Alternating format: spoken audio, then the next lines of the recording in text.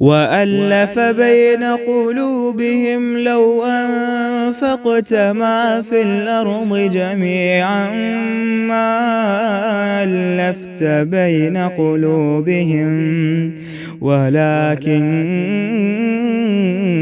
اللَّهَ أَلَّفَ بَيْنَهُمْ إِنَّهُ عَزِيزٌ حَكِيمٌ۔ وہ اللہ تعالیٰ اور ایمان والوں کو دھوکہ دیتے ہیں، لیکن دراصل وہ خود اپنے آپ کو دھوکہ دے رہے ہیں، مگر سمجھتے نہیں۔ ان کے دلوں میں بیماری تھی اور اللہ نے انہیں بیماری میں مزید بڑھا دیا ان کے جھوٹ کی وجہ سے، اور ان کے لیے دردناک عذاب ہے۔ نوٹ کیجئے گا، القلب المرید کی بات ہو گئی آیت 10 کے اندر۔ بیمار دل والا ہوتا ہے منافق، ہارٹ پیشنٹ ہے وہ بندہ جو اللہ اور اس کے رسول کی بات کو سنے اور نہ مانے۔ اور پھر جب دل بیمار ہوتا ہے تو اس کی کیا علامتیں ہیں دیکھ لیجئے، آپ کے سامنے 4 علامتیں لکھ دیں۔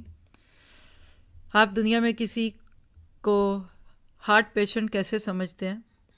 سانس پھولتا ہے اور کبھی کبھی ایسے لگتا ہے دھڑکن تیز ہو گئی، انجائنا کا پین ہوتا ہے۔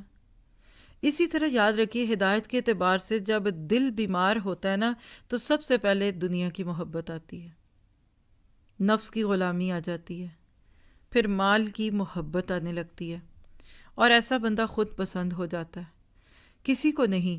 اس وقت اپنے آپ کو سوچ لیجئے، کہیں میرے اندر ان 4 میں سے کوئی ایک چیز نہیں؟ اور بڑی امید ہے کہ آپ کو 4 ہی نشانیاں اپنے اندر دکھیں۔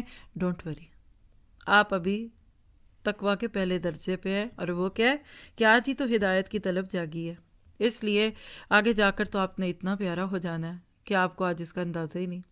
جیسے وہ تیار کرنے سے پہلے اور تیار ہونے کے بعد کی دلہن کو ذہن میں لے آئیں۔ تقویٰ بندے کو سجاتا ہے، پھر اندر خوبصورتی آتی ہے تو باہر بھی آنے لگتی ہے۔